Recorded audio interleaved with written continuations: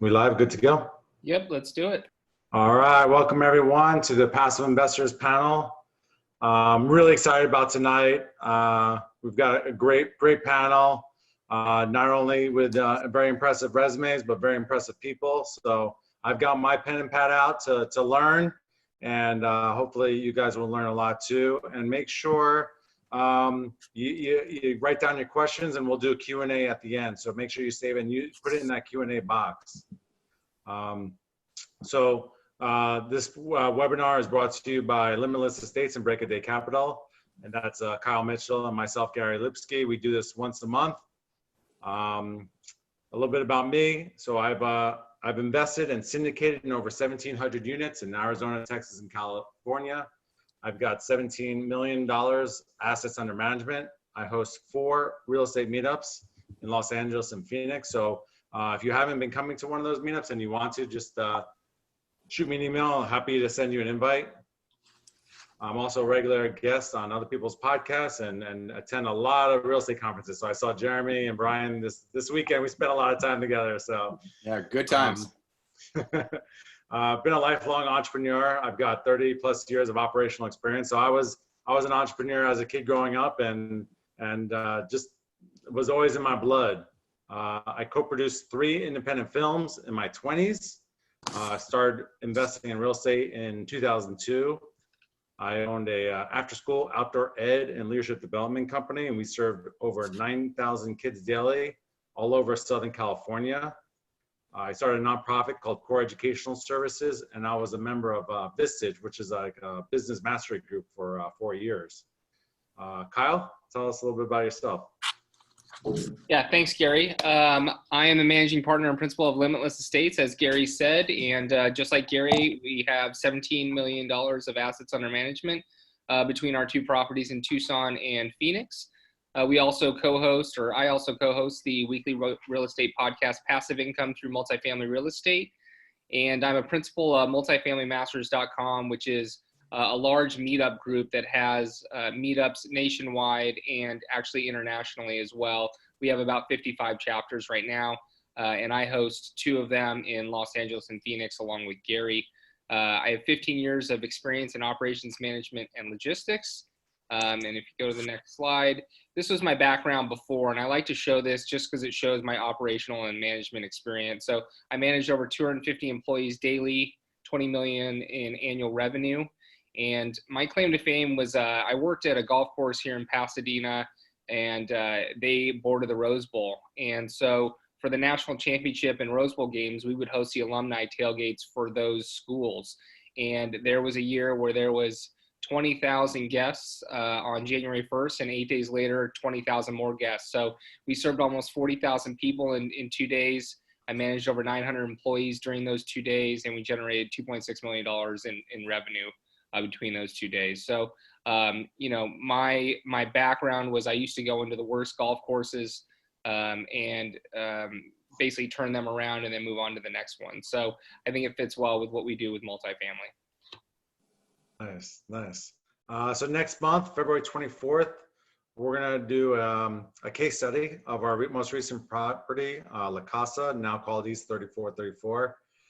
So we'll talk through our underwriting, what we liked about the project, our business plan. So if you want to join us, please do. You'll get the link sent out to you, and it'll be also on our LinkedIn and social media channels. All right, so let's jump into the panelists and learn a little bit about them. So Jeremy Roll left the corporate world in 2007 to become a full-time passive investor. Let me close that. All right. Has invested, is currently invested, I think, in 70 plus opportunities across more than 1 billion in assets. Is that right, Jeremy? Yeah, that's correct. Wow. All right, you're my hero. All right, manages a group of over 1,000 investors who seek passive and manage cash flowing investments in real estate and businesses. Co-founder of Phoebe, which is a real estate meetup group in California. And if you haven't been and you're in California, I definitely recommend it. I frequently attend their meetings. He's got an MBA from the Wharton School, and his email is there if you want to reach out to him. But Jeremy, tell me a little bit more about yourself and what kind of passive investing do you focus on? Sure. Yeah, and thanks for having me. Really appreciate it. It's good to see everybody. I know almost everybody here on the screen. So I have been a passive cash flow investor since 2002. And essentially my story really quick, it goes back to like after the dot-com crash, where I was just sick and tired of the volatility of the stock market and the lack of predictability of the stock market in terms of knowing where my long-term retirement account would be in 10, 20, 30, 40 years. So I started to get into this type of investing for more predictability, and that's still what I look for today. So I started rotating out of stocks and bonds into cash flow in 2002, and then in 2007, I had a last straw moment in the corporate world with my manager. I was working at Toyota headquarters at the time, and I ended up leaving the corporate world because I had enough cash flow built up to live off of then. So I've been kind of a full-time passive cash flow investor since 2007, but passive cash flow investor since 2002. So to answer your question, I invest across most of the major asset classes. The only one I can think of I specifically tried to avoid is hotels.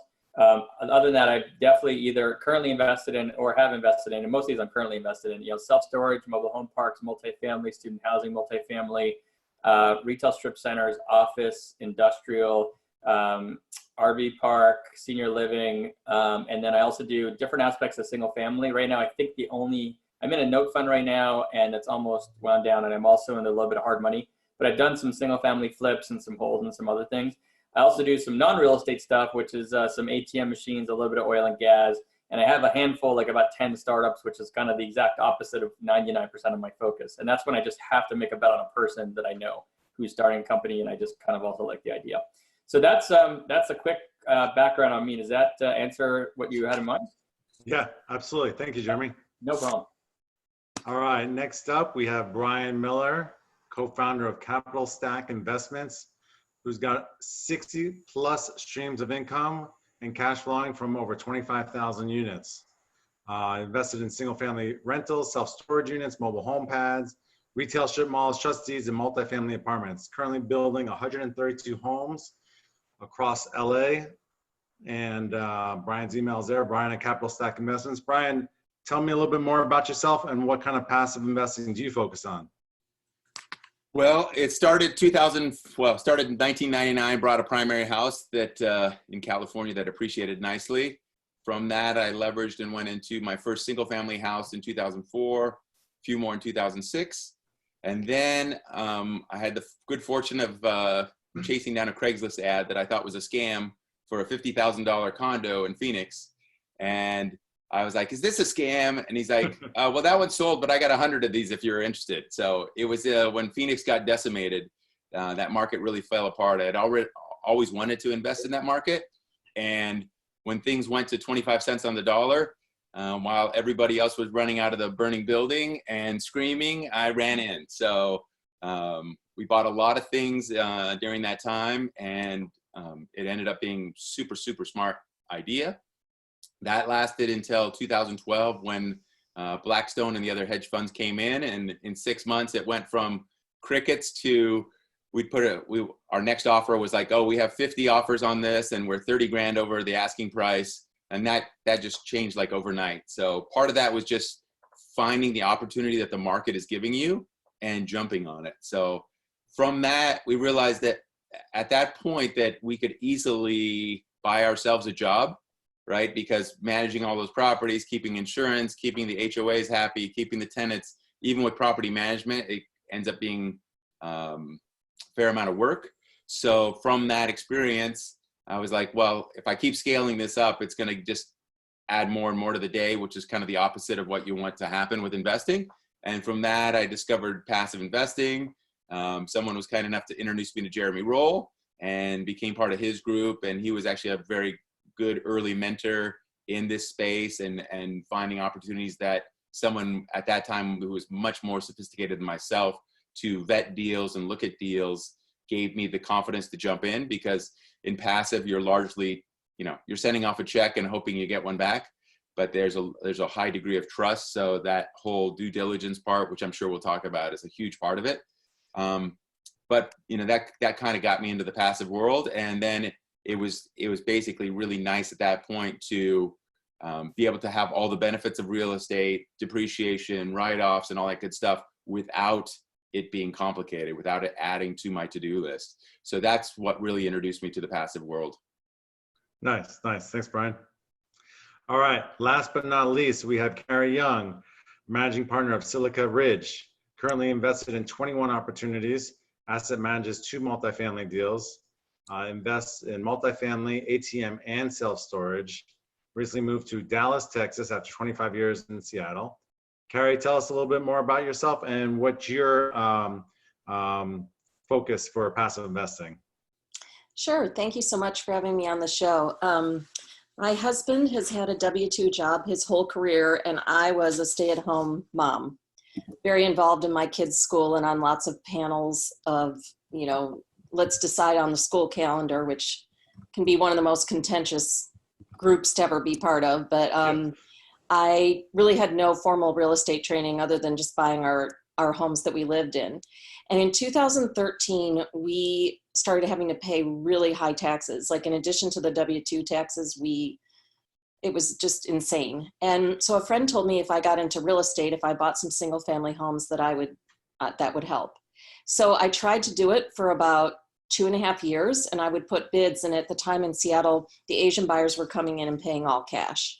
So there was no way I could compete with that. And I had just a very basic formula that I would use for a house, and I knew when I would be over my head. And then I even tried to buy a 10-plex, and I knew nothing about having a team. I thought that if I could do this, then it would lower my taxes. So finally in 2016, I Googled, real estate guru, and up came the real estate guys. And I went to a couple of their events and immediately started learning that I could be passively invest in opportunities that would be very tax advantageous. And after basically cashing out everything we had in the stock market, we invested it all into real estate. And in 2017, we paid no taxes. We got a massive check back from the IRS. And then we continue on looking for investment opportunities. Nice, nice. All right. So my very first question for you guys, well, the second question is, what were the resources you had to develop in order to start investing in real estate the way you have? Jeremy, why don't you take this one? Sure.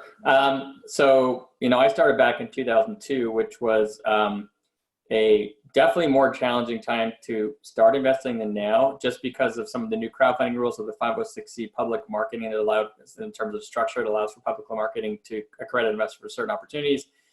All the crowdfunding platforms didn't exist because the laws that were passed in 2012 under the Jobs Act weren't passed yet. And so in order for me to invest, I had to do a ton of networking. It really all came down, it still does come down to networking, but now you can do a lot of it more virtually, and you can, access a lot of resources virtually that just wasn't available before. So back then when I was younger, I didn't have kids, didn't have a wife, and I was working, but it was easier and more realistic for me to go to a lot of different events. So I probably averaged about 2 to 3 events per week for a very long time, years. And that's really where I started to learn, number one, and then start to network, to find other investors who maybe were investing like this, to find opportunities and possibly find sponsors. Now I was very lucky because when I started back in 2002, I had lifelong friends in my family who had been syndicating for, at that point, literally 2 or 3 decades already, who I started to learn from as well. And those are the first people I invested with without having to go find other opportunities. But I mean, you've got to be diversified across more than one, much more than one operator. So that was a great starting point, a great learning point for me. I had a little bit of advantage, but it all came down to networking that really facilitated. And I would say that for anyone who's new out there, who's just starting or hasn't started yet, that networking is going to be a very big component, whether you choose to do it offline, online, or both. Otherwise, you're going to limit yourself to finding, just finding random opportunities versus possibly the best opportunities to be able to find more volume. I'm going to do a follow-up question, Jeremy. Do you have a couple of favorite events that you like to attend to that are like the best for finding deals or connections? I don't have a specific rule. What I would say is that when I go to a networking event, and I don't go to as many events anymore because I've got like a 12-year-old, 9-year-old, I'm trying to spend as much time with them as possible. So I don't manage any of our FIBI events, and I only go to a couple of them a year. But for anyone out there, like to me, there's always been a correlation between the number of people who attend and the likelihood I'll maybe network and find someone who's a good fit to talk to. So I'm always a big proponent of going to a larger meeting and also make sure it's not a sales pitch. I am a little bit biased, but I'm very anti-sales pitch, which is actually why we started FIBI. And so if you can try to validate that you're not going to a sales pitch and go to a larger meeting in terms of the turnout, you'll probably have a higher probability of success with that. And even if you can't validate either of that, or let's say the sales pitch piece, I would strongly recommend going to a meeting and then during the networking portion, ask other people, which events do you go to and which ones should I stay away from, you know, in terms of sales pitch. And you'll start to get information really quickly that will really start to accelerate your learning, and just you're going to save a lot of time by asking that question. So that can be really valuable as well. I will say this also on a national scale. I am going to be on the panel at this conference, but that's not why I'm mentioning it at all. I've gone to it every year for the past 4 years, and I strongly recommend the Best Ever Conference in Denver, or it's outside of Denver in February. I don't make any money or anything for saying this. I'm not affiliated or whatever, but it's just that there is, at this point, I saw the organizer over the weekend and I know him very well, and they've sold over 600 tickets, and they'll probably sell more before for the next month. So if you want to meet 600, 700, 800 people, that's the biggest conference I'm aware of, and I know it's not much of a sales pitch, and that is a really good critical mass. That could be a very good kind of time and money spent ratio to like networking with that type of environment. And there's other very good, you may have some other suggestions, you guys, on other conferences too. There's other good ones too, but that's a really big one. So yeah, I'll be there too. So I forgot. Yeah. I'll see you there. Yeah. Carrie, what about you? What were some of the resources you had to develop to start investing in the real estate? Well, we did pay to have a mentor, and we are in a mentoring group, and I think it has now about 900 people. And 6 times a year, there are bus tours, and we go around for one day and we look at different properties around DFW that are either owned by students. So we kind of have a mini case study as they talk about what they've done, or we look at properties for sale and we hear the broker discussing, you know, what's the story. But I've also been to quite a few real estate guys events, and I went to their Summit at Sea, and I met some of the syndicators there who I'm invested with. I'm also in the ATM machine, and that was through Dave Zook, and he was at Summit at Sea. So it's just, when you go to these different events, you meet someone, and then, for example, someone asked me what I was doing to get more, you know, accelerated depreciation. I told them about that. So it's like the names kind of get around, but I've enjoyed those. And then I also have been to the Old Capital events, which is in Dallas, and they are presented by Old Capital, but you get to meet people they come from all over the country. And again, you can meet syndicators and exchange cards. And when they have something, let them know, and you talk about it, see if it meets your criteria. And can I just add, sorry to interrupt, guys. So Carrie, I know you were there and I was there at the Old Capitol, and I know one of the organizers very well. That's also a really good conference. It's very local attendees, but they had over 600 people there in October in Dallas. So again, another really big critical mass. I just want everyone to know it is another big conference. It's worthwhile from a time perspective for sure. Yeah. Nice. Brian, how about yourself? I know obviously you were mentored a little bit from Jeremy, but I know you're doing a lot of stuff on your own as well. Sure. So part of the skill set that needs to get developed, one is trust. And in order to have trust, you're like, how do you verify, basically, right? So part of that is really learning how to do due diligence, not being afraid to pick up and ask people on the phone, learning like that that's gone full cycle with an investor is much better reference than the slickest, nicest looking pro forma. All pro formas look really nice. All numbers on spreadsheets look really, really nice. So learning to look beyond that, learning to look for maybe what's missing or what might be over exaggerated. What are they trying to pull the wool over our eyes or sell us maybe a pipe dream? You start to see that in different scenarios. And even in part of like learning on that would be like a split, because you might say, oh, it's a 70-30 split. Well, is there a catch-up provision? Is that truly a 70-30? Is it a pref and then a catch-up? Is the asset manager fee on the total amount of the fund, or is it just on the called capital? There's lots of different ways that a syndicator could juice the deal for themselves. And I think starting to learn, you know, those different structures. And then I think just from if they're not fully disclosing something and you find out, oh, this is the way the split is going to really work, it just gives you a little indication about who you're doing business with. And if they're trying to basically maybe shelter their fees or try to make it look a little bit better than it actually is, then that may be a red flag. Like, what else are they not fully disclosing or telling you? So I think really like learning how to read a spreadsheet. If they're projecting, you know, 5% rent growth every year for the next 10 years, is that realistic? If they're buying at a 5 cap and their exit is a 4.5 cap, so they think the market's going to get even more favorable than it is now, you know, those are things that it's like, okay, this is unrealistic. Like, this is either not a sophisticated player, or they're trying to sell you something that's not realistic in order to make their numbers look better. So you obviously look for a lot more things than your typical offering may have. So do you just, you know, get them on the phone and ask a lot of questions, or how do you dig deeper? Some of that is through networking with other investors. That's typically the best way. Some of it is just even finding out from a company perspective, their reputation, how they approach splits, how they approach asset management fees, what's their reputation.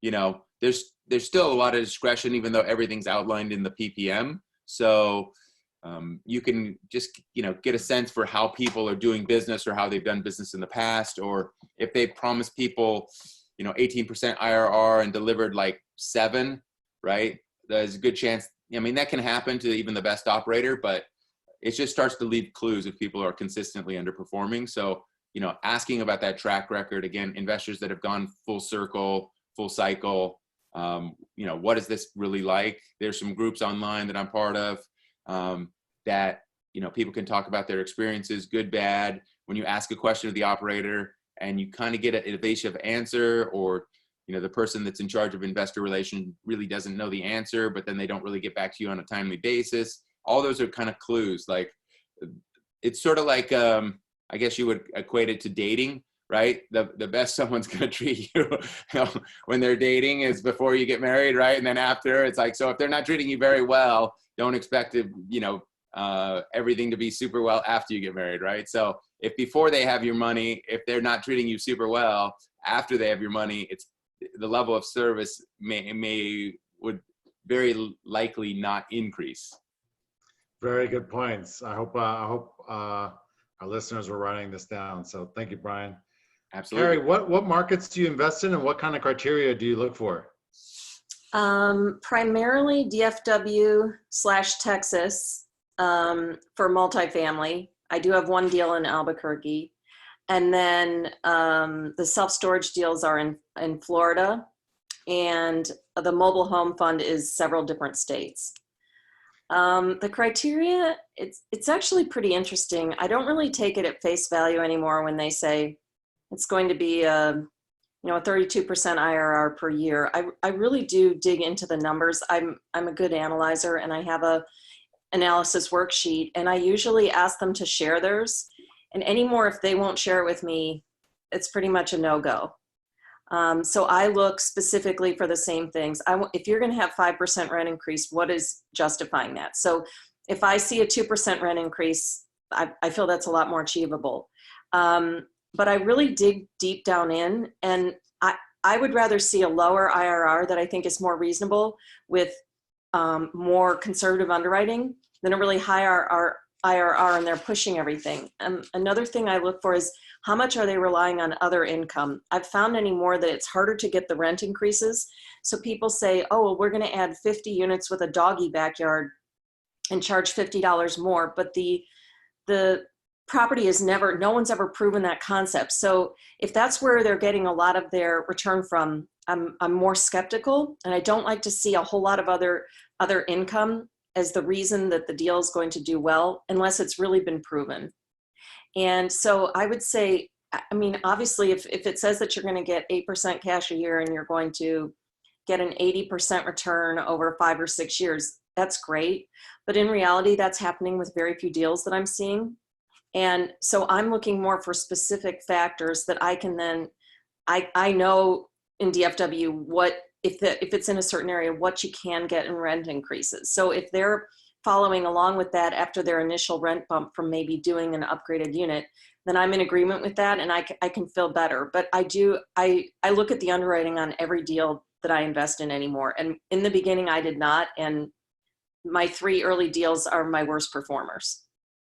And so you said you asked for their analyzer or like the I asked for the analysis. One person couldn't share with me because they said they were using, it was a proprietary tool that they had bought from someone and they didn't have the right to share it, but they gave me all the numbers that I could plug in and I did get the same results that they did. And they were also very experienced operators in that asset class. And it was a rough neighborhood, but they turned around 2 other properties in rough neighborhoods. So I knew that they had the ability to do that. I just wanted to check their underwriting. I do also, as many properties, I used to fly in from Seattle and drive by the properties, and I would go to competing properties and ask a lot of questions.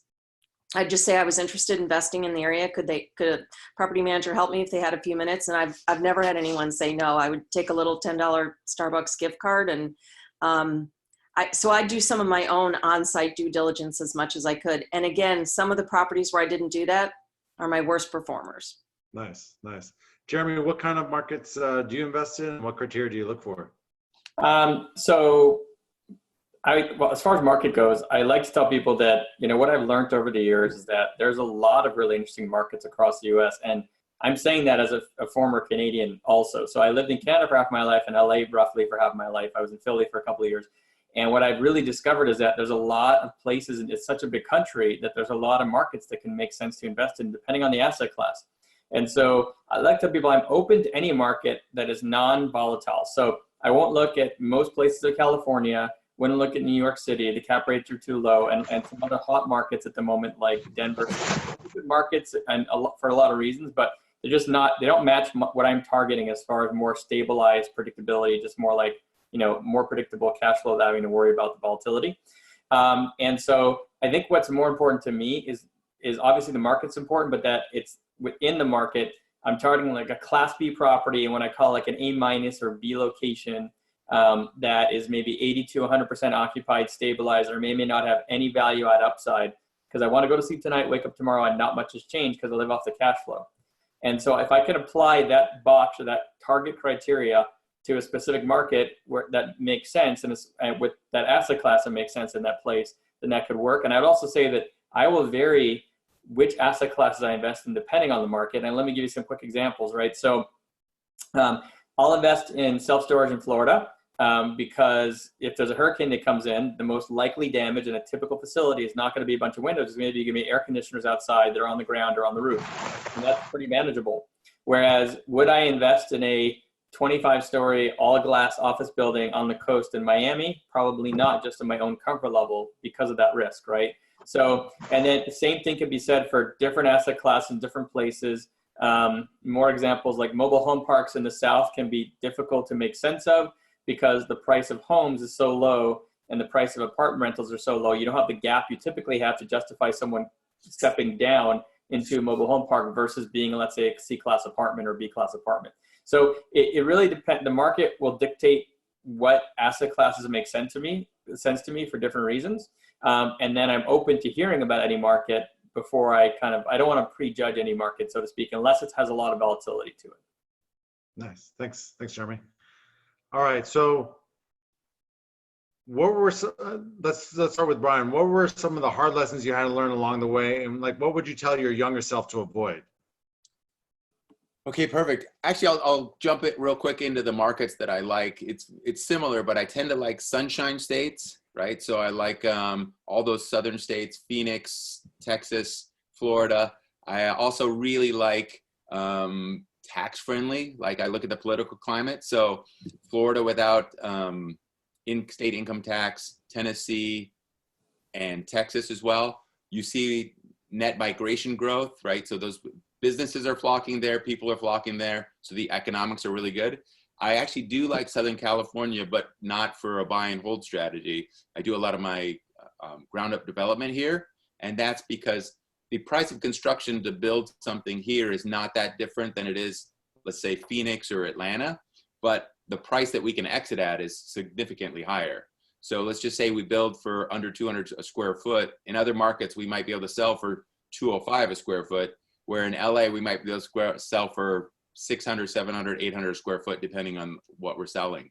So again, that's to Jeremy's point, the market can actually dictate the strategy or the asset class. And then as far as lessons I've learned, I would say one of the biggest one is like to be less trusting. I think the mistakes I've made have been like over trusting people to deliver and trusting people that appeared to have a lot of experience. You know, I got a list of completed projects and history of work from a guy I did business with. Turns out that was stuff he had done with a former employer, but he had not really done anything on his own. And so, you know, that to situations where I ran into a situation where we were kind of mid-project on it, and they were trying to basically refinance their property, and they couldn't get the appraiser out. And I was like, well, just call another appraiser. And they're like, oh, we need the special appraiser, right? That they were floating a few bucks to get a higher ARV, right? Well, it turns out that was actually extremely problematic for the project, because when you go in and you expect your ARV to be 2.5 million, but that was inflated because the appraiser was a little less than ethical. So I think just really learning to do lots of due diligence, and basically not trust what you're being told, but verifying every fact and figure to see if it actually makes sense. Are there really comps that for 2.5? Can someone else verify that? What else does that look like? So those have been the biggest lessons. Nice. What about you, Carrie? What are some of the biggest lessons you've learned? I would say that in the beginning, we were so eager to get our money to work that we put too much with several people right away. And we should have spread that out over more syndicators. And not that they were bad people, but if the deal isn't going well and you have a lot tied up, it doesn't feel really good. The other thing is that I had a similar situation to Brian, where they had a big resume, but it was in a lot of different categories, not managing a Class B or C property. And along with that, what I learned was the asset managers didn't live in the area. So they lived very far from the asset. And although I did my due diligence and everything seemed great, they were really almost never there. And as a result, the property went downhill really fast. And, you know, we've gone through 5 property managers now, and we're back to the old maintenance man. But this was a property that on paper, you all would have seen it, underwritten it, and thought this is going to be amazing. But the fact that the asset managers never went by the property and they tried to manage it from afar, they just didn't have the team set up for that. I'm not saying it can certainly be done, because I'm in another deal where it's being done well. But you need to ask a lot of questions, what their plan is to asset manage from a distance. Out of curiosity, what market was that in, and where were they based out of? They were based in Austin, and the market was Albuquerque.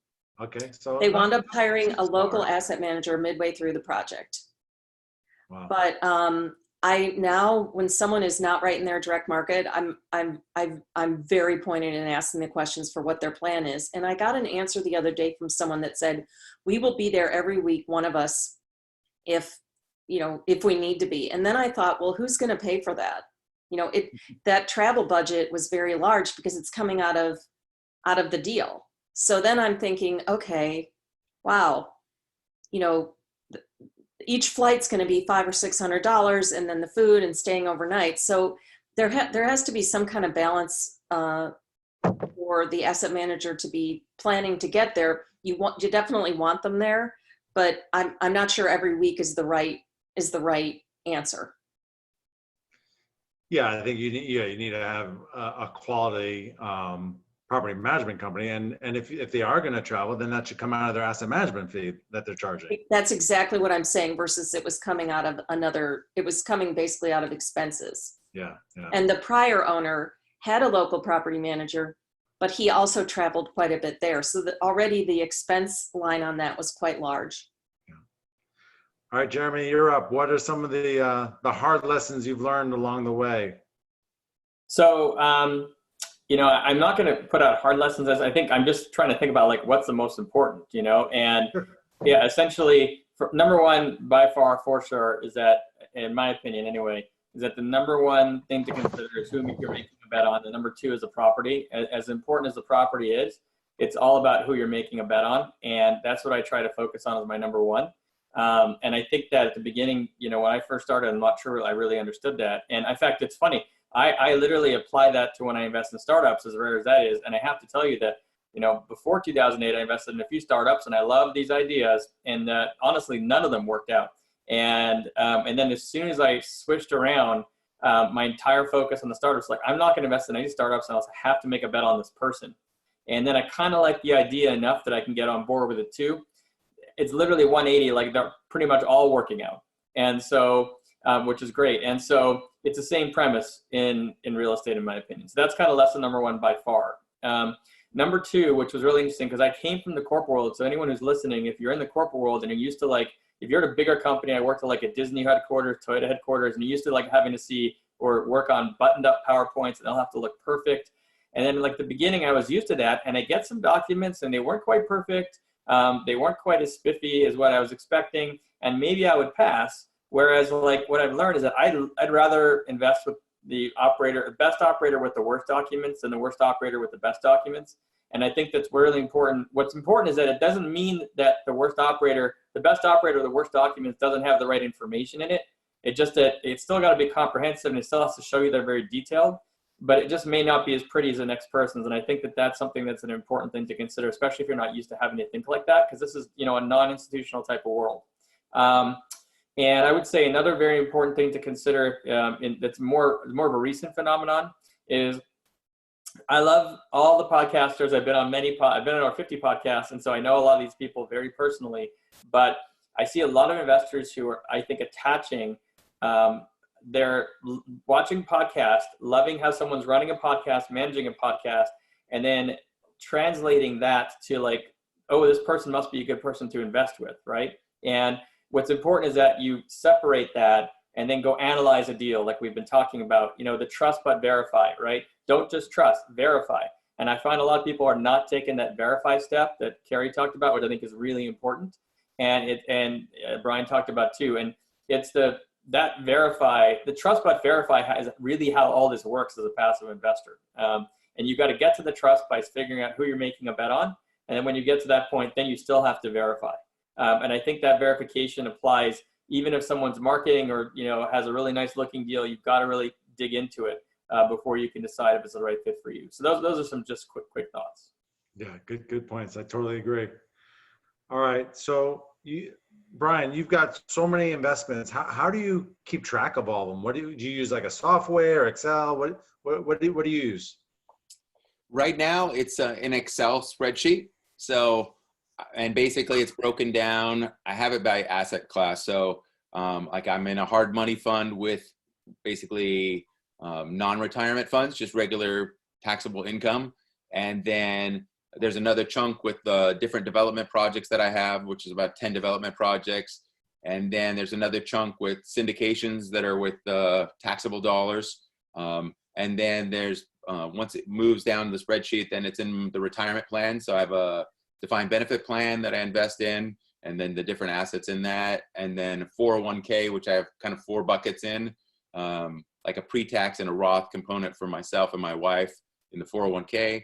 Then there's a Roth, and then there's a, I guess two different Roth IRAs. So then those are all basically broken down, and then I can track kind of what's in a, what's the total coming from all the Roth dollars, the total coming from basically taxable retirement dollars, and then what's in the kind of just ordinary income for non-retirement dollars. But it's all in Excel. And then I built some different pages on that as well. Someone mentioned this, and so I did some calculating. They're like, do you have too much concentration risk by geography? So it was a real interesting exercise to do. And from that, I found I have about 30% of my portfolio in LA and about 30% in Phoenix. All the rest is scattered through Texas and Atlanta, Florida, different markets, and then across the United States, other things that are not so geographically specific. But it's a great exercise to do, to just look and see, are you really geographically diversified, and do you have too much concentration in any certain market? So by tracking those kind of things, I also recently started tracking how many equity deals versus how many debt deals I have. So what's my exposure as a equity player versus just assets I hold myself versus where I'm actually investing on the debt side. The debt side can be a little bit more conservative.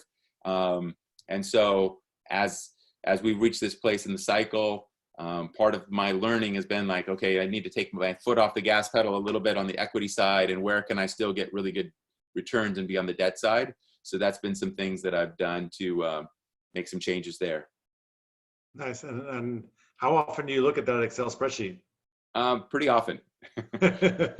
So it's almost daily, depends what's going on. Like if I have something to fund, like today I had an opportunity to make a short-term loan. So it's like, okay, where am I going to pull that capital from? Do I need it for anything else? Is there any other commitments I've made that I need to do? How do I juggle that around, and then updating that? So. Nice. Carrie, how about yourself? How do you track all your investments? I use an Excel spreadsheet, and interestingly, just what Brian was talking about, I realized I am probably too heavy, particularly in DFW. I personally believe that some of the tertiary markets in Texas are quite different than DFW, so that's a bit of a diversification. But I bought a JV property just with 2 other people, 107 units in Iowa, and that was, trying to get money in some other places in markets that made sense. The particular area we're in, Sioux City, has a very low unemployment rate, and they have a huge need for Class C housing. And this property was being horribly managed. That's really our opportunity. But it felt a little odd to me to move out of Texas because it's just what I know so well. But I'm now looking for opportunities in other places in markets that make sense, versus just in DFW, although I know I will continue to invest there.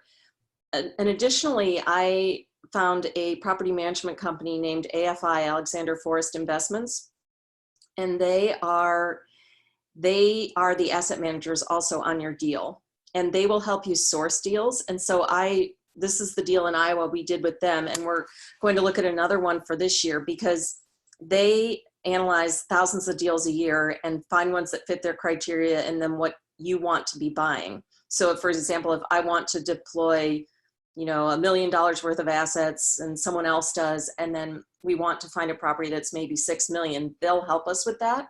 So it's helping expose me to some other areas in a way that makes sense to me.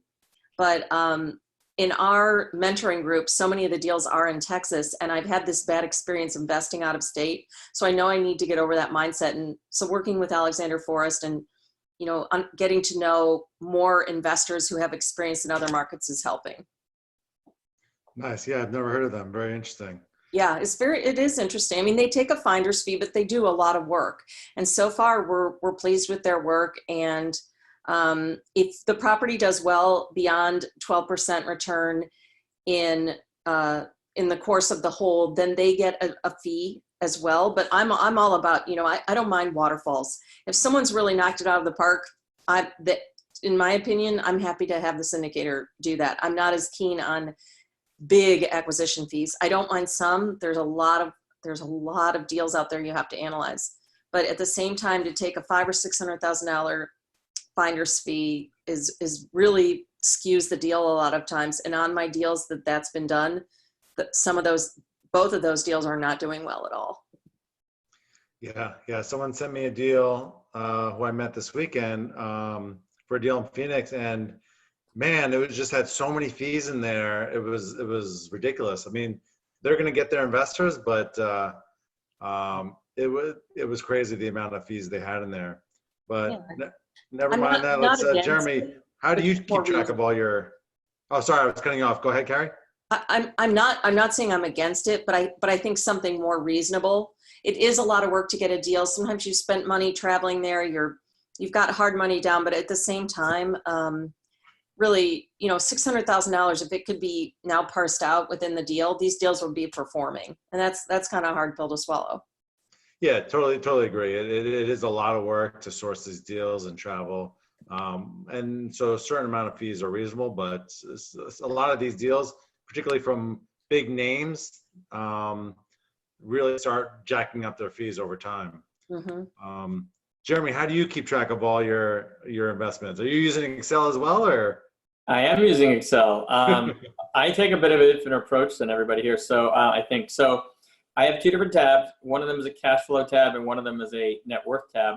And what I do on the cash flow tab is, as soon as I invest in something, I'll take the pro forma, and it's usually pro forma'd out on an annualized basis for the cash flow. I'll just take that divided by 4, or whatever the timing is. It's typically quarterly distributions. And I'll actually go ahead and plug in the exact month, because my spreadsheet goes out, over 10 years monthly. And then I'll plug in the expected cash flow all the way down the line for that opportunity.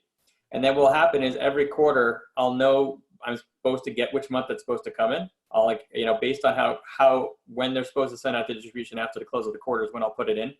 And then I will compare it to what we actually got. And then if something I would say is more than 20% below where it's supposed to be, and I haven't already discovered the reason or a very important reason for it, then I'll actually start to investigate. And so that's why I pre-populate everything. And then on the net worth spreadsheet, I have a combination of all my initial dollar amounts into an opportunity. And then I actually take I calculate the sum of all the cash flow that's coming in the future, and then just run a whole bunch of different scenarios. Like if I were to take all the cash flow for the next 10 or 15 years and discount it by 50%, what does that add to the net worth of what it could be worth right now? And then 75, it's not meant to be perfect. It's not the perfect answer to the total net worth. But I just run some of those scenarios just to see. But my main focus is on my main cash flow spreadsheet to really track what I should be getting at what month, and what I need to look out for if it didn't come, and what the amount should be versus what they're actually paying based on the projections anyway. And those are really good points. I think, people put in so much effort when they first invest in a deal, and once they've invested, maybe they don't put in as much diligence afterwards. So I'm curious, how much time do you, after you've invested in a deal, how much time does it take to set up this, pre-populating everything? Oh, it's not long, right? So you could just imagine, I literally just insert a row. I'll put ABC deal, and then I'll just take their pro forma. I mean, this is probably less than 10 minutes, right? And I'll just have to, the hardest part is actually dividing out each year by 4, figuring out which month it's supposed to go in, and then just start populating it. And it's funny because some things I invest in, it could be like a fixed return, and then you're just literally copy and pasting. I'll put four of the months in for the year, and those copy and paste and just paste 10 times into the other years, and you're done. But you want to make sure it's accurate. You want to make sure you're putting the right amount into the right quarter, obviously. But it's really easy. And it's amazing how for that time, it's such a little amount of time. And you basically can end up in a position where in year 8, in quarter 2, what should I have been getting? And every deal is different. There's some deals where there's a lot more predictability, and some that just aren't as many. Even asset classes can vary like that. So you can't have a hard rule, especially let's say a retail strip center that has tenants that turn or has leases that are maybe 3 to 5 years in length, and then some of them turn, and then the forecasts are maybe not quite the same. Someone vacated, it wasn't expected, but it was replaced by somebody else. After a long time, it starts to catch up with the original pro forma. So each asset class is different, but it's amazing how it keeps you so much more organized, knowing if you just go down the column and look in a month, what am I supposed to be getting? Oh, I didn't get that, And it's easy because it's a one-time a month check at the end of the month to do. Yeah, thank you. That's a really good idea. Really good. All right. So before you invest in a deal, Brian, do you have a code or something you ask yourself before making that investment? This is one I learned recently, and that's from Mark Robertson. And he calls it his $200,000 test, right? And the theory was, if I'm not willing to invest $200,000 into this investment, then I shouldn't make it at all. Because I think he found himself getting a little bit tricked, oh, it's just 25 grand. I can experiment a little bit. I can diversify here. But it's if you don't have enough conviction that you'd put $250,000 into something, then that gut test is like, well, maybe you shouldn't put anything in it, right? So I'm getting more comfortable with putting bigger chunks into deals that I have higher degrees of confidence and higher degrees of confidence with the operator. So rather than spread it around so often, but I would say as far as that gut check of what I want to do, I really want to know their track record. I really want to know what they've done before. I want to get a feel for past investors. Goes back to the due diligence, but I was vetting an opportunity one time and I talked to the operator and I was like, hey, I'd like to get a list of your past investors. And he's like, oh, well, they're high net worth families in Singapore and they don't like to be bothered. And yeah. And as a result of just digging deeper into that, I actually found somebody that had done business with them and then asked further questions. They suggested I talk to someone else who'd done business and basically I ended up passing on that deal because there were red flags, right? And that biggest red flag was like, hey, I don't want you to talk to anybody I've done business with before. So that's kind of comes back to kind of what I mentioned before. Like if you see any red flags, I'm learning to just pay attention to that. I think sometimes we get a little caught up in like, oh, wow, this is the bus that's right here and this looks really good. And we got a little FOMO going on. Like what, like I really want to be in this deal. I want to be in this asset class. And the reality is like, hey, if everything's not lining up, it looks really rock solid. And, I'll also kind of use the community sometimes. Like if I know Jeremy's jumping in or Tuna's jumping in, or, it might be, at a meeting, I might say, hey, Gary, what do you guys think about this, upcoming deal? I like getting that sense. I'm okay to go against it if I have a high conviction, but a lot of times people can see things that we don't see. Like sometimes you're blinded or you get really like juiced, like 22%, man, that's killer, right? And it's easy to get a little blinded by what else could go wrong. So it's really good, I think, having a community that you can trust, that you can ask and get different opinions. So, and then if there's generally a good consensus, then I'll feel like I jump. But a lot of it is like, who are these guys? What have they done in the past? How long's their track record? How happy are their past investors? That will tell you a lot. Yeah, good stuff. I love it. I love that community aspect, because I know when I started out, I just was in my own little bubble. I didn't ask around, and it's like all I had to do was just start asking people. It makes so much sense, but when you're starting out, you don't realize that. Carrie, how about yourself? Do you have something that you go by before investing any money into a deal?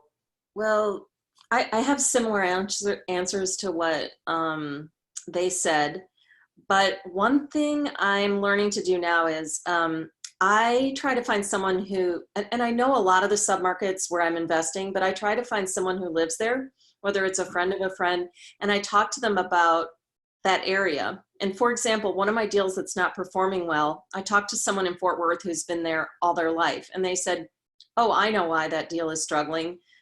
This is the demographic and their business plan is for this. And they were right. I can remember the webinar, and they're right. Their business plan was for a demographic that doesn't exist there and a demographic that doesn't want to drive all the way out there to live. So by talking to that person who was very local to that area, I could have avoided this investment. And in our mentoring group, that's where I've come to know the bulk of my deals.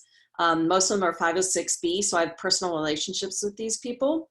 And I have given a few first-time syndicators a chance, and actually those have been some of my most successful deals. Maybe it's just beginner's luck, but they were, as I kept meeting them over time, I felt like they were they were hard workers and they had a really good plan. But with my first couple deals that I put way too much money in and I didn't really check, I was going on a bit of a reputation. So even with people saying, yeah, it doesn't always work out. And everyone can have a bad deal, there's no question. But I really do like to see my asset managers very involved. And I like to know what are the key performance indicators they're going to be checking, on a weekly or a monthly basis. I really like to know what their plan is once they get the property for themselves and any other GP who's involved. And if there's 8 people in a deal, I want to know who is the person I really talk to when I'm going to be, something goes wrong. And so some of those deals that have a lot of people now syndicating, I think JC Castillo said, I want to know whose head's on the line if things don't go well, because someone needs to really be the true person who's more the day-to-day working with the property manager, especially in the beginning. Agreed. Good stuff. Jeremy, anything you want to add? A code or something you ask yourself before you make an investment? Yeah, a couple of quick notes. First of all, I just want to go back to something that Brian said, which was, he mentioned that the ability for someone to kind of want to move forward, they get kind of attracted to a number or whatnot. And I want to point something out that could maybe help some people to get to avoid that, which is, if you think about it theoretically, if you had $50,000 to invest today and you had 2 opportunities in front of you, you might get blinded by one that looks much better than the other as far as returns and just gravitate towards it, right? But if you had $50,000 to invest in one opportunity, you had 20 opportunities in front of you, it's probably less likely that's going to happen, because you might have 2 or 3 good opportunities to look at, and then you're maybe consider those 3, and then within those 3 that have similar returns, you'll maybe pick one, right? So, I find that one of the ways to I would say avoid getting into that trap is just make sure you have enough opportunity exposure, which is really key, which is also key because you're going to want to be selective and you're going to have enough opportunities to look at. So that's just kind of a side note based on what Brian mentioned. As far as me, I tell people I do a gut check always at the end, and there are certain things I always do before I invest with somebody. Number 1 is I always actually meet them in person for a gut check, face to face. Number 2 is I always do background check on them. And number 3 is I will ask a ton of questions, and that's the trust but verify. And I do a lot of questioning to understand the numbers, the data, the rationale behind the business plan, et cetera. But I do ask some questions purposefully just to be able to kind of test them. And so I'll give you some examples. The first one's a very simple example of this. Before I do a background check on somebody, I say to them, can you please give me your name, date of birth, and home address? And the reality is that if it's an odd name, I actually don't need any of that, because I'll figure out who it is, right? Between an email, matching a phone number, I can actually figure out who it is, but I ask them to make sure they're actually going to share that with me to see if they're hesitant to begin with. And then the more important question I ask is there anything I should know on this background check before I run it? And I just, and it just happened a month ago. Someone called me up and they said, look, I asked that question to somebody. They had a bankruptcy from 12 years ago, whatever the number was. That kind of gets erased off your credit score after 7 years, but it doesn't get erased off your background check, by the way. They said there was nothing to worry about. That came up, and they said to me, should I be worried about this? And my opinion was, they didn't disclose it. You should just pass, because you don't know what else they're not going to disclose in the future. But the point is, though, it's a read between the lines, right? So Brian was talking a lot about looking for clues. And I'm a very big fan of trying to read between the lines to kind of dig up clues of whether or not this is someone you should be making a bet on. And in the end of the day, you add up all these clues, you add up a background check, an in-person meeting, and face-to-face for help to gut check, and you do a gut check. And if you're not 100% comfortable, you move on. And it's easy to move on because there's a lot of opportunities out there. And as long as you got that opportunity exposure, you're just going to move on to the next. So that's what I have to add to all that. Great points. Thanks, Jeremy. One more thing I'd love to add is look for conflicts of interest. Sometimes people will be like, wow, this operator's great. I love them. They're so good. It's like, are they basically violating broker-dealer laws and getting cash, right, for funding into the operator? What's their incentive, right? There are people that, that maybe they're going to make money off of your investment. And if you don't really know that, then, or if you actually knew that, you would discount what they said a lot more, right? So sometimes assuming people don't have an agenda can get you in trouble, but realizing that, like, what is this person's real motive? And then also use not just trusting one person so much. That's, if that person says, oh, they're great, like, do 5 people say they're great? Because what is that one person's relationship with the sponsor? And is there any other kind of monkey business going on underneath the table that you're not aware of? Good point. Thanks, Brian.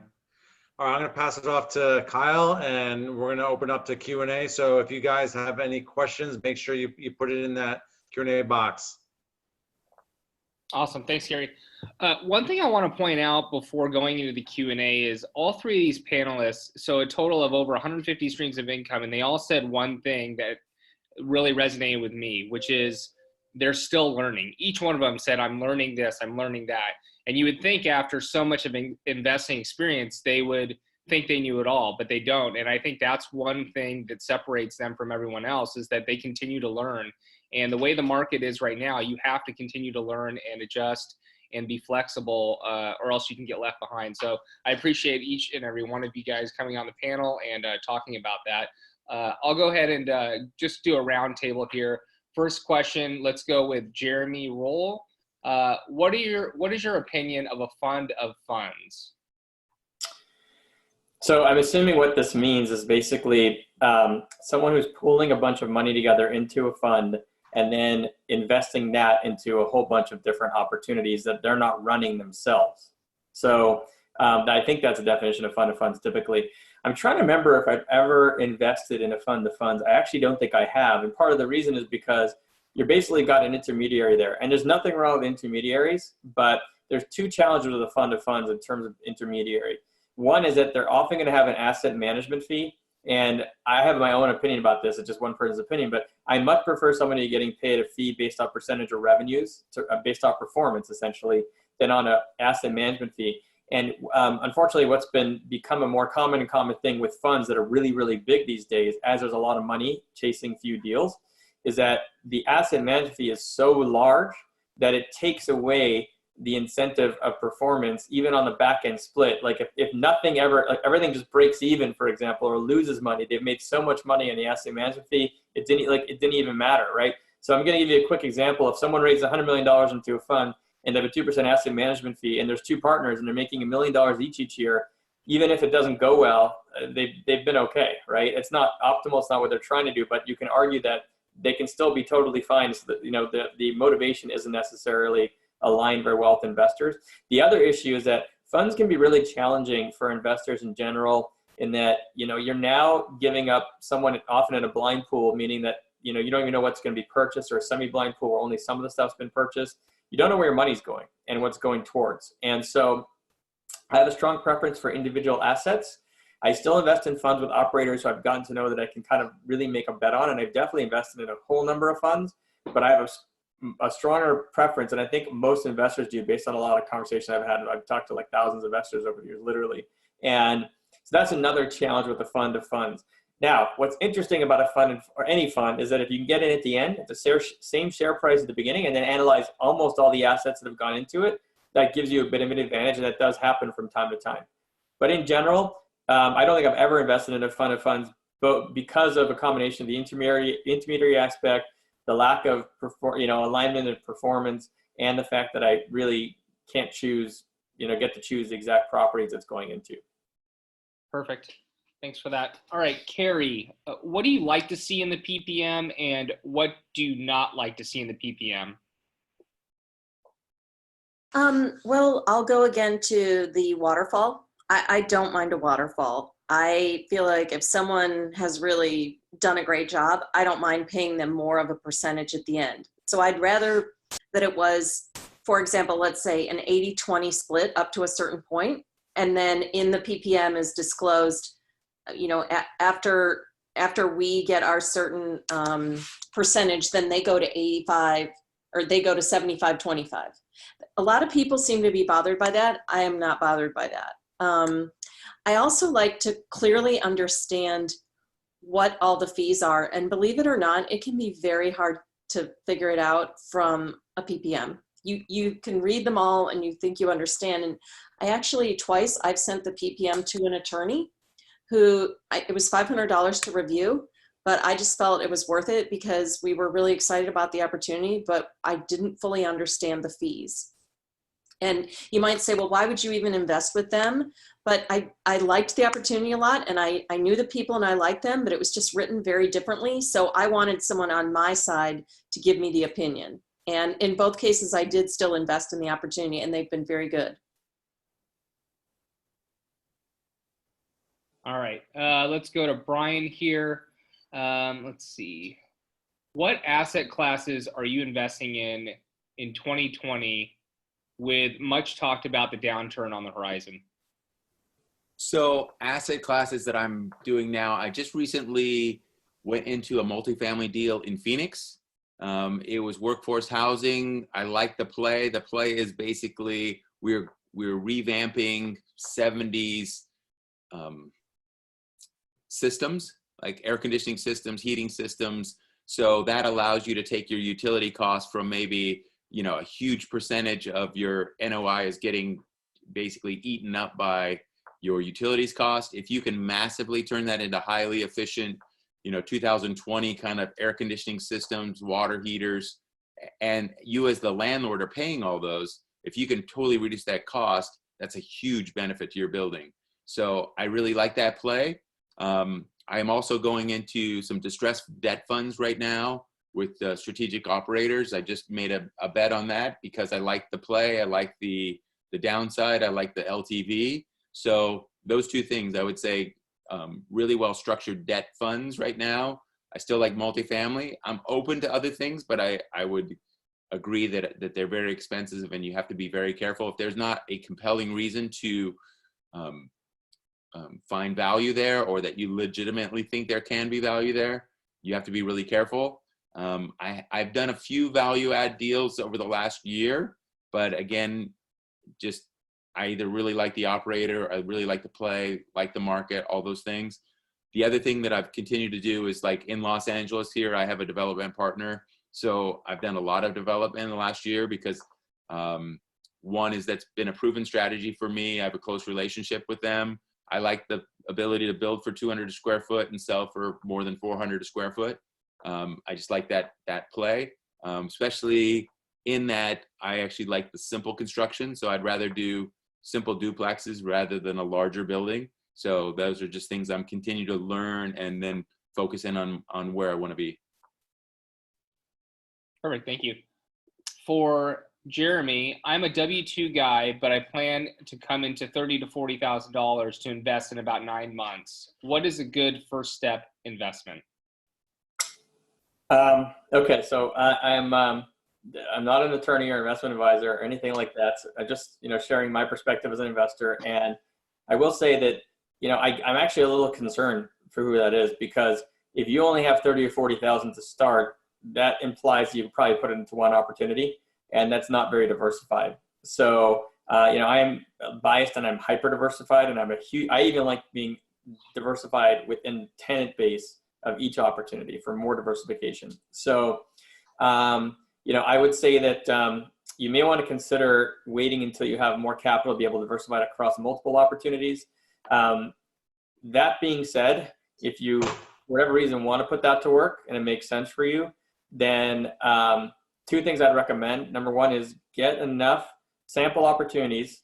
They can be open from the past in an asset class that you think you want to invest in, to kind of get enough opportunity exposure to learn about, what types of preferred returns and splits you should be looking for, what fee structures make sense, what's market rate, what isn't market rate. So, the great thing about crowdfunding sites is that, if you're accredited, in your pajamas, you can go download 20 multifamily opportunities in the next 2 hours, print them out, put them all on the table, and learn from, like, how are they all the same, how are they different. That's actually how I learned myself, the opportunity exposure, and it's very efficient right now.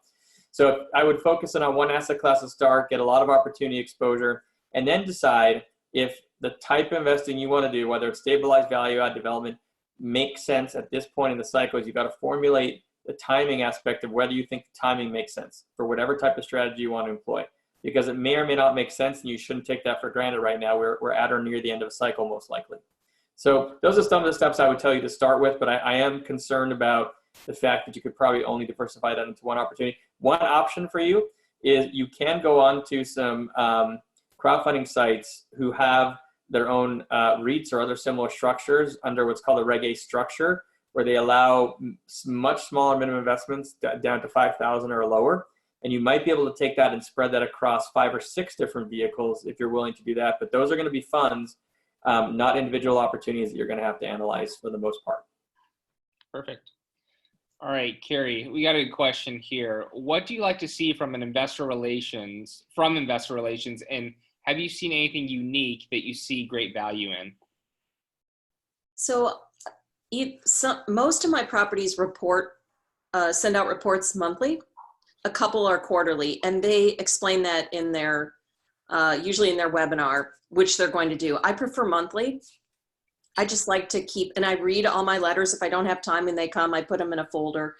But I really like to read them and to understand, for example, if the strategy is to do, 8 different projects, they'll go along and they'll update on each one. And then one of the letters that I like the most is they will say, upcoming next month. So it's still on their screen. They're just working on it. And then the next month they'll say, okay, got the bids and picked one and have started the work on X. And I just feel like it helps me keep on track with what's happening on the property, but it also helps them. I think reporting to us kind of helps keep them on track too. And I'm seeing more people are doing monthly distributions and to go along with their monthly newsletters. And if they can do that, I really like that too. I think it's one more way to touch the investor. And I know I really appreciate it when my $750 drops every month and it's not necessarily a pref, but the property's doing well enough that they can do that. And if I see an opportunity with an operator that I know does that, I tend to give that a little extra weight if I really like them. So for example, I'm in a second deal with 2 syndicators who do that. And their letters are very much formulaic. I can almost tell you what they're going to say unless there's been some major issue on the property. Okay, I really like that question. So I'll open it up to Brian or Jeremy too. If you're seeing anything unique on your monthly or investor relations communications that you really like. Sure. One that I really, really like is there's an operator that sends out and they basically say, here's our purchase price and here's our current value. Here was our projected revenue for the year. Here's our actual revenue for the year. Because you can basically figure out that information if you want to take a lot of time and hunt through the spreadsheet. But I just love that summary of like, hey, we bought the building for $7 million and it's worth 9.5 now, right? It's just like, okay, good. I get it in a very quick, short amount of time. We were projecting $800,000 of revenue. We brought in $600,000 of revenue. Okay, great. I can get it really quickly. So I think just summarizing the high level, here's your asset. Here's what your asset's worth. Here's the spread that you've made. Here's the income that we thought we were going to make. Because, to go back and pull up the original, deck and say like, oh, what did they say we were going to earn, and then compare it, it's a chore to do that. So the guys that just spread that out, I love that. Yeah. Dad? Yes, sure. So first of all, I would say that I normally get quarterly reports in most of the things I invest in, not monthly. And just in terms of, that's kind of what I expect to see. And if you're not taking the additional step of asking to look at a sample quarterly report from a sponsor before you invest with them, you're definitely doing yourself a disservice, because you may have a certain expectation in your head about what you want to see on a report, and that may be very different than what they typically deliver to investors. And I can tell you there's so many ways that can vary.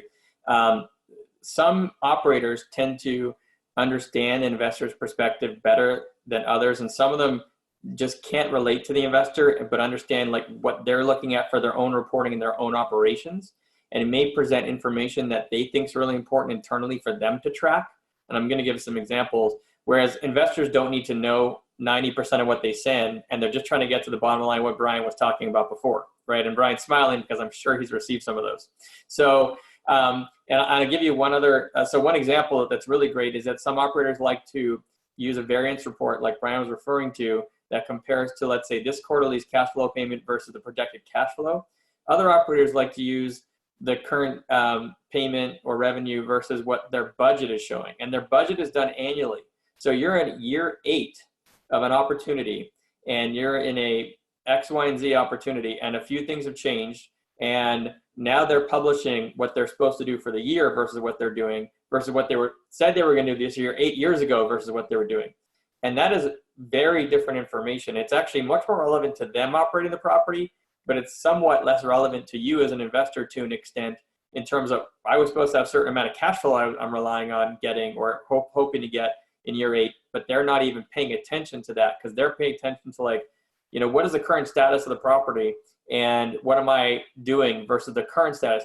a lot of them will argue it's not really fair for them to have to show that information compared to that original pro forma projections on the cash flow, because there have been so many changes to the property over the years that the further you go out, the less likely it is the pro forma will actually be either relevant or fair comparison. And I do agree with some asset classes. I'll give you some examples. Office, retail strip centers, those have shorter term leases often. Things can turn, people can move out, and you may get new tenants in, and it's very hard to project those out in years 8, 9, and 10. And then it's probably more fair for them to be comparing their budget versus the projected cash flow 8 years ago. But it still doesn't mean that it's not what you want to see. In other words, you still may want to compare it to cash flow. So I'm just showing you just some examples of why it's so important to take samples of the pro formas. I honestly find most investors don't ask for that.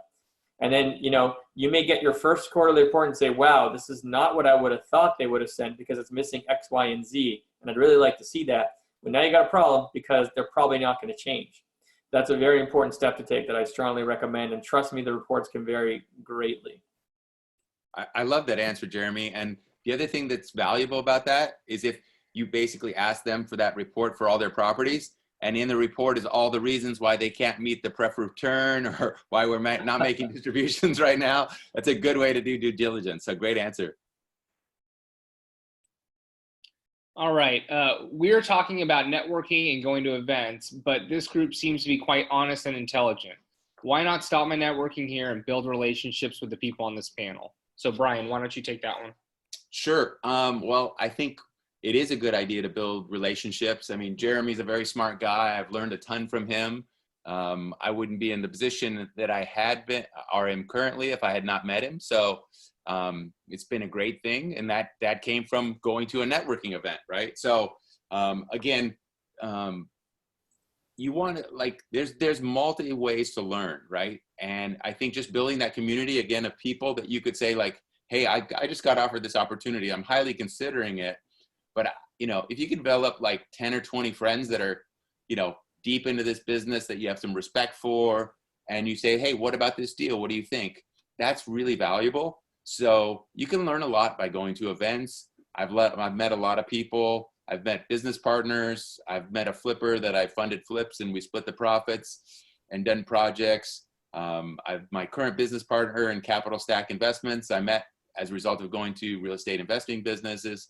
So my development partner that I've done like 11, 12 deals with and basically is going to contribute significantly to my net worth, I met as a result of going to a networking event, a Phoebe event, specifically, which is a group that Jeremy started. So there's tons of great things from doing that. There's also great speakers. Again, finding groups where people don't have agendas, that people aren't trying to sell you, that they're just trying to basically share the wealth or share their information. Anybody who's had any degree of success has gotten there because people have helped them get there. So you find that successful people want to give back. So there can be great events and great panels by doing that. You'll learn a lot and you'll meet a lot of people and you'll get better at due diligence and, just little things people can pass you in a conversation could be very helpful for you. Can I add to that? It's Jeremy. Absolutely. I think it's a really important point. I think Brian mentioned some really great points. And what I would say is that, and the question isn't up, or maybe it still is up on the screen actually. No, it's not. But my impression of the question in terms of what I think I remember from it was more like, okay, why don't you just network with the people on the panel in beginning and end? And I do agree with Brian, you can network with us, but to me, the more opportunity exposure you can get via networking, the more selection you're going to have opportunities, the better investing you're going to be able to do. And the more doors that are going to open up to many other things that you can't even imagine right now. And I could tell you after 18 years of networking, that is very true. And so if you're planning on doing a lot of passive investing, my recommendation is to network as much as you can within reason. And that's going to mean different things for different people, right? If you have 2 kids, you've got to stay home for most of the time. Maybe you do more of your networking online, or you go to a conference here and there and go to, that 600-700 person conference, whatever it is. But if you're thinking to network with just a few people like us, you may find a few opportunities, but you're doing yourself a little bit of a disservice, to be honest, I think, because you're going to want to meet as many people as you can. And for not just the reasons of finding opportunity, even Brian mentioned of being able to share information between people and exchange information about opportunity.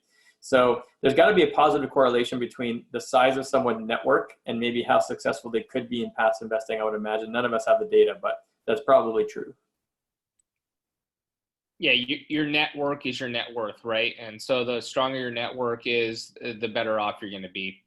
All right, Carrie, what are you looking for a return when you're looking at an offering? Are you focused more on cash, IRR, equity multiple?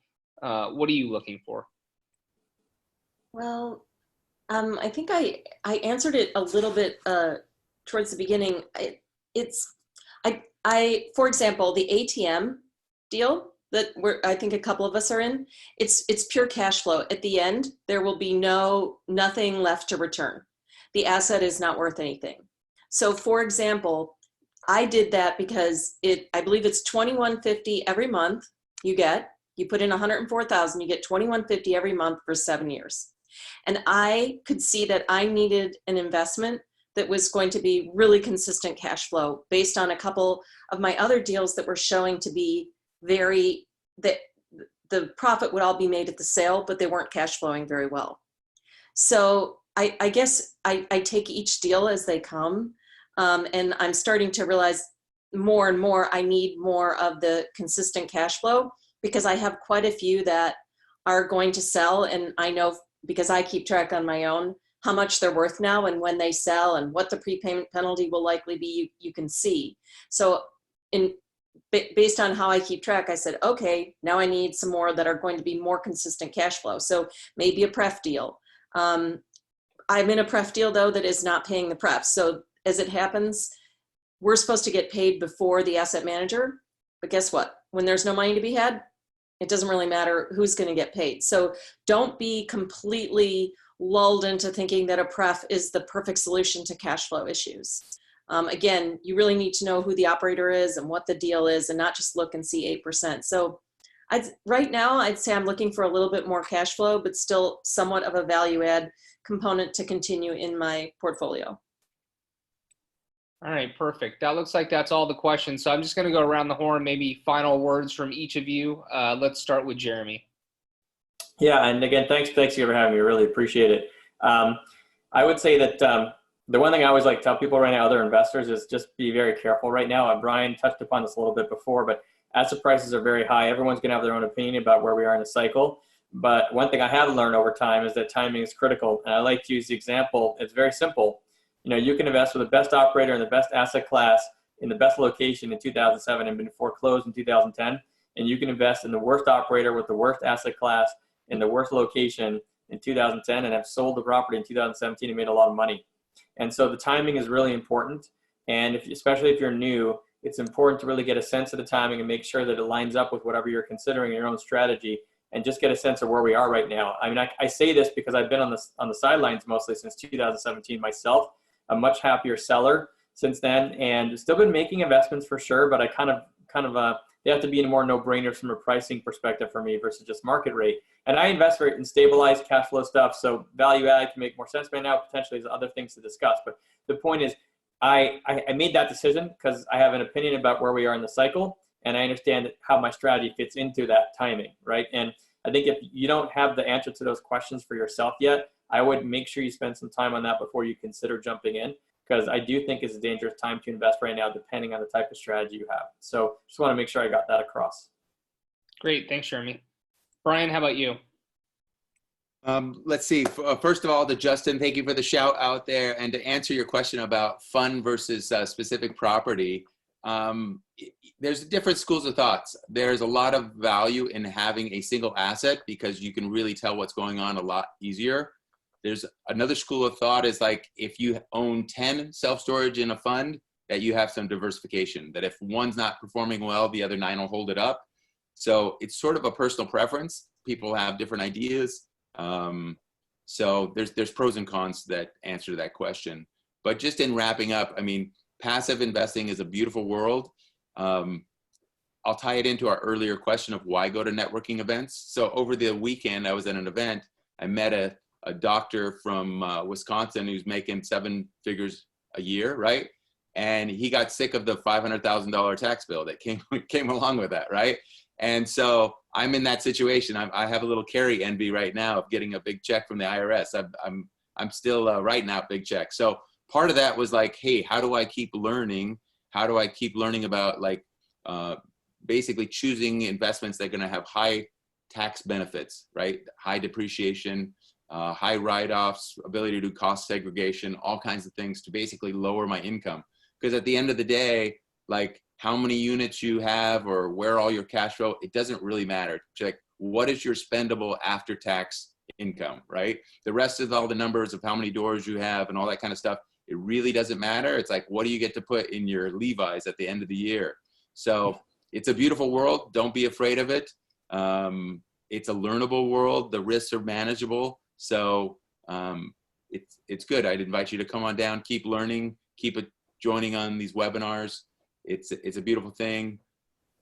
I don't know Kyle that well, but I could tell you Gary's a good guy and have a lot of respect for him. So thanks for having me on and be a part of this.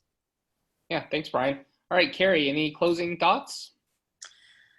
Well, it is rather specific, but when I'm looking at deals anymore, I want to make sure that they're underwriting a full point above the current cap rate.